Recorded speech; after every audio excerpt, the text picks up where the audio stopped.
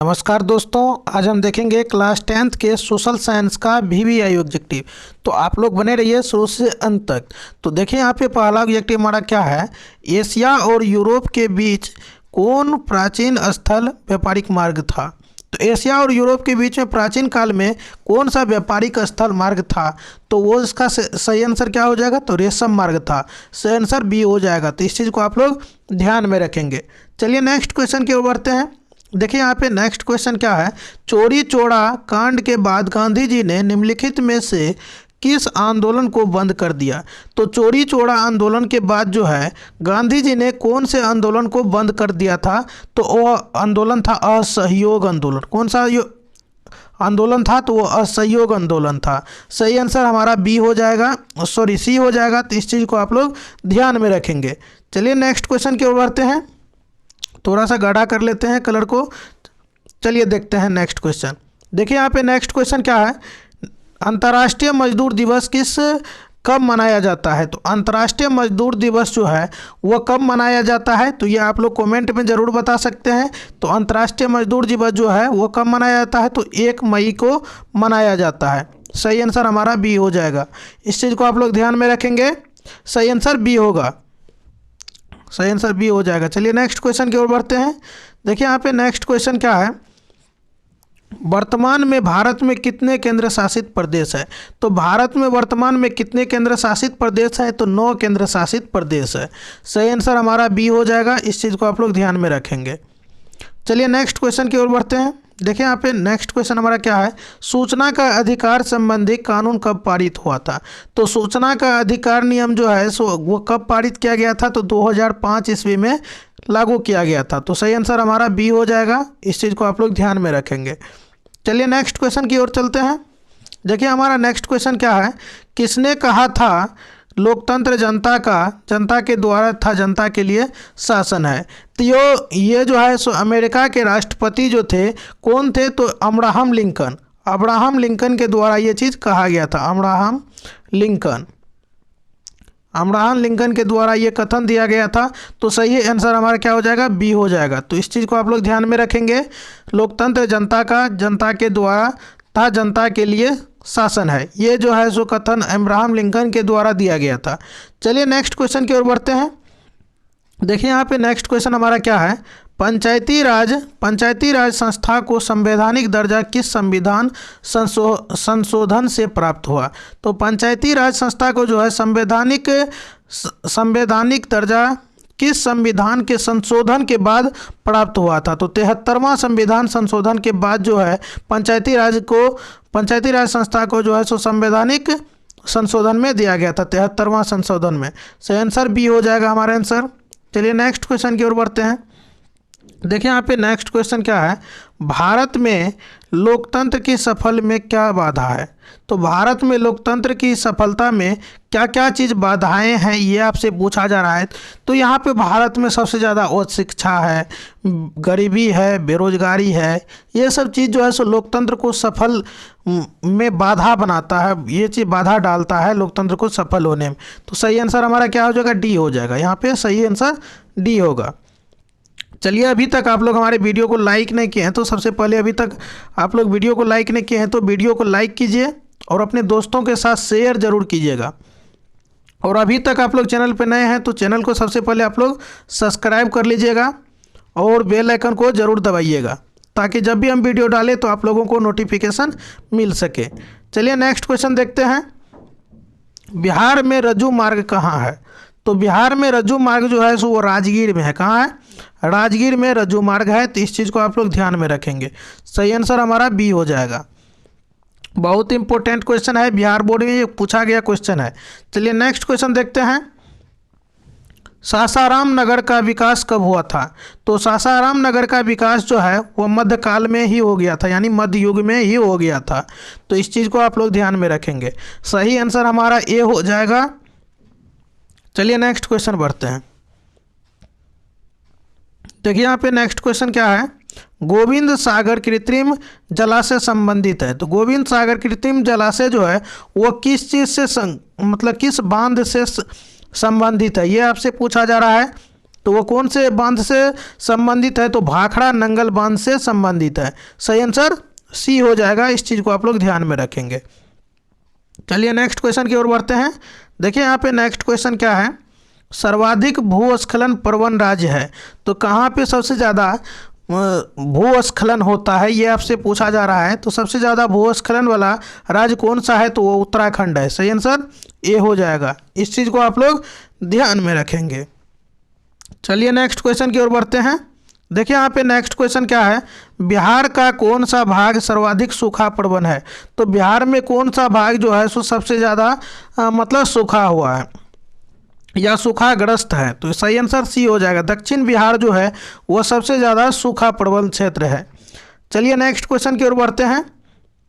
देखिए यहाँ पे नेक्स्ट क्वेश्चन क्या है, 1871 में कौन सी संधि हुई थी, तो 1871 में फ्रैंकफर्ट संधि हुई थी। ये इस चीज़ को आप लोग ध्यान में रखेंगे। सही आंसर हमारा ए हो जाएगा। बहुत ही इंपॉर्टेंट क्वेश्चन है, ये बिहार बोर्ड में कई बार पूछा गया है, तो इस चीज़ को आप लोग इग्नोर ना कीजिए और अच्छे से रिवाइज करने की कोशिश कीजिए। चलिए नेक्स्ट क्वेश्चन की ओर बढ़ते हैं। देखिए यहाँ पे नेक्स्ट क्वेश्चन क्या है, 1830 की क्रांति के बाद फ्रांस में किस प्रकार का शासन स्थापित हुआ, तो 1830 के फ्रांस की क्रांति के बाद जो है सो कौन सा शासन का स्थापना हुआ, तो संवैधानिक राजतंत्र का स्थापना हुआ था। सही आंसर हमारा बी होगा। इस चीज़ को आप लोग कमेंट सेक्शन में ज़रूर लिख सकते हैं। चलिए नेक्स्ट क्वेश्चन की ओर बढ़ते हैं। देखिए यहाँ पे नेक्स्ट क्वेश्चन क्या है, रूस की बोल्शेविक क्रांति का नेतृत्व किसने किया, तो रूस की बोल्शेविक क्रांति का नेतृत्व जो है लेनिन ने किया था। कौन किया था, लेनिन ने। सॉरी यहाँ पे लेकिन लिखा गया है, यहाँ पे लेनिन होगा। क्या होगा, लेनिन होगा। सही आंसर सी हो जाएगा। इस चीज़ को आप लोग ध्यान में रखेंगे। चलिए नेक्स्ट क्वेश्चन की ओर बढ़ते हैं। देखिए यहाँ पे नेक्स्ट क्वेश्चन क्या है, भारत में राष्ट्रीय आय की गणना कौन करता है, तो भारत में राष्ट्रीय आय की गणना जो है वह केंद्रीय सांख्यिकी संगठन CSO के द्वारा किया जाता है। सही आंसर ए हो जाएगा। CSO रहे या फिर NSO रहे, ये भी करता है, तो इस चीज़ को आप लोग ध्यान में रखेंगे। चलिए नेक्स्ट क्वेश्चन की ओर बढ़ते हैं। देखिए यहाँ पे नेक्स्ट क्वेश्चन क्या है, निम्न में कौन पिछड़ा राज्य है, तो इनमें से कौन सा पिछड़ा राज्य है, तो आप लोगों को पता होना चाहिए कि सबसे पिछड़ा राज्य जो है सो हमारा बिहार है। कौन है, बिहार है। सही आंसर हमारा डी हो जाएगा। इस चीज़ को आप लोग ध्यान में रखेंगे। बहुत ही इंपॉर्टेंट क्वेश्चन है, कई बार ये बिहार बोर्ड में पूछा गया है। तो चलिए नेक्स्ट क्वेश्चन की ओर बढ़ते हैं। देखिए यहाँ पे नेक्स्ट क्वेश्चन क्या है, आर्थिक क्रियाओं का क्या उद्देश्य है, तो आर्थिक क्रियाओं का क्या उद्देश्य है, ये आपसे पूछा जा रहा है। तो आर्थिक क्रियाओं का क्या उद्देश्य है, तो मतलब आर्थिक क्रिया जो है वो लोग किसके लिए करता है। आर्थिक क्रिया मतलब क्या, धन से संबंधित जो कोई कार्य करता है, तो धन के लिए जो कोई कार्य करता है तो उसको आर्थिक क्रिया कहते हैं। क्या कहते हैं, आर्थिक क्रिया। तो आर्थिक क्रिया क्यों, मतलब आर्थिक क्रिया का क्या उद्देश्य है, तो मतलब आर्थिक क्रिया लोग क्यों करता है, तो वो जीविकोपार्जन के लिए करता है। तो हमारा सही आंसर क्या हो जाएगा, डी हो जाएगा। तो इस चीज़ को आप लोग ध्यान में रखेंगे। जीविकोपार्जन के लिए लोग जो है वो आर्थिक क्रिया करना पसंद करता है, यानी आर्थिक क्रिया करता है। तो इस चीज़ को आप लोग ध्यान में रखेंगे। चलिए नेक्स्ट क्वेश्चन की ओर बढ़ते हैं। देखिए यहाँ पे नेक्स्ट क्वेश्चन क्या है, भारत में राष्ट्रीय आय का सर्वप्रथम अनुमान किसने लगाया था, तो भारत में राष्ट्रीय आय है उसका अनुमान सबसे पहले कौन लगाए थे, तो वो दादा भाई नेहरू के द्वारा लगाया गया था। वो कितना था, तो 20 रुपया पर व्यक्ति था। कितना था, 20 रुपया पर कैपिटल, यानी पर व्यक्ति जो है सो 20 रुपया अनुमान लगाया गया था दादा भाई नेहरू के द्वारा। सही आंसर हमारा डी हो जाएगा। इस चीज़ को आप लोग ध्यान में रखेंगे। उस समय का प्रति व्यक्ति आय कितना था, तो 20 रुपया प्रति व्यक्ति आय था। तो इस चीज़ को भी आप लोग ध्यान में रखेंगे। चलिए नेक्स्ट क्वेश्चन की ओर बढ़ते हैं। देखिए यहाँ पे नेक्स्ट क्वेश्चन क्या है, दीर्घकालीन ऋण प्रदान करने वाली संस्था कौन सी है, तो लंबे समय तक जो ऋण प्रदान करता है वो संस्था का नाम आपसे पूछा जा रहा है। तो भूमि विकास बैंक जो है ये लंबे समय तक जो है सो लोन प्रदान करता है। इस चीज़ को आप लोग ध्यान में रखेंगे। इसका सही आंसर क्या हो जाएगा, बी हो जाएगा। इस चीज़ को आप लोग ध्यान में रखेंगे। कई बार ये बिहार बोर्ड में पूछा भी गया है, तो इस चीज़ को आप लोग और ध्यान से रखेंगे। VVI क्वेश्चन है, तो इस चीज़ को आप लोग भूलेंगे नहीं। रिवाइज करते रहिए और अभी तक चैनल को सब्सक्राइब नहीं किए हैं तो सब्सक्राइब जरूर कर लीजिएगा। चलिए नेक्स्ट क्वेश्चन देखते हैं। देखिए यहाँ पे नेक्स्ट क्वेश्चन क्या है, उपभोक्ता अधिकार दिवस कब मनाया जाता है, तो उपभोक्ता अधिकार दिवस जो है वो कब मनाया जाता है, तो वो 15 मार्च को मनाया जाता है। तो इस चीज़ को आप लोग ध्यान में रखेंगे। सही आंसर हमारा बी हो जाएगा। बहुत इंपॉर्टेंट क्वेश्चन है। चलिए नेक्स्ट क्वेश्चन की ओर बढ़ते हैं। देखिए यहाँ पे नेक्स्ट क्वेश्चन हमारा क्या है, पंजाब में भूमि निम्नीकरण का मुख्य उद्देश्य क्या है। तो पंजाब में जो भूमि निम्नीकरण है तो उसका मतलब क्या कारण है, अधिकतर कारण क्या है जो उस के कारण जो वहाँ पे भूमि निम्नीकरण होते रहता है, तो उसका कारण क्या है, तो वहाँ पे अधिक सिंचाई किया जाता है। सही आंसर हमारा डी हो जाएगा। इस चीज़ को आप लोग ध्यान में रखेंगे। चलिए नेक्स्ट क्वेश्चन की ओर बढ़ते हैं। देखिए यहाँ पे नेक्स्ट क्वेश्चन क्या है, सोपानी कृषि प्रचलित है। तो सोपानी कृषि जो है वो कहाँ पे प्रचलित है, तो सोपानी कृषि जो है वो उत्तराखंड में प्रचलित है। सही आंसर हमारा डी हो जाएगा। इस चीज़ को आप लोग ध्यान में रखेंगे। सही आंसर हमारा डी होगा। बहुत इंपॉर्टेंट क्वेश्चन है, इस चीज़ को नोट आप लोग करते जाइएगा हमारे हिसाब से, तो बहुत ही अच्छा होगा। बिहार बोर्ड में बहुत सहूलियत मिलेगा, बहुत कम समय बचा हुआ है, तो आप लोग ज़्यादा मतलब रिवाइज करने की ज़रूरत है आप लोगों को। चलिए नेक्स्ट क्वेश्चन की ओर बढ़ते हैं। बिहार में प्रायः कौन सी मिट्टी पाई जाती है। तो बिहार में जो है सो प्रायः कौन सा मिट्टी पाया जाता है, तो बिहार में प्रायः जलोढ़ मृदा पाया जाता है, यानी जलोढ़ मिट्टी पाया जाता है। तो इस चीज़ को आप लोग ध्यान में रखेंगे। सही आंसर हमारा सी हो जाएगा। चलिए नेक्स्ट क्वेश्चन की ओर बढ़ते हैं। देखिए यहाँ पे नेक्स्ट क्वेश्चन क्या है, आयुर्वेद का जनक किसे कहा जाता है। तो आयुर्वेद का जनक जो है सो किसे कहा जाता है, तो आयुर्वेद का जनक जो है सो चरक को कहा जाता है। किसको कहा जाता है, चरक को कहा जाता है। चरक साहब को आयुर्वेद का जनक कहा जाता है। सही आंसर हमारा बी हो जाएगा। इस चीज़ को आप लोग ध्यान में रखेंगे।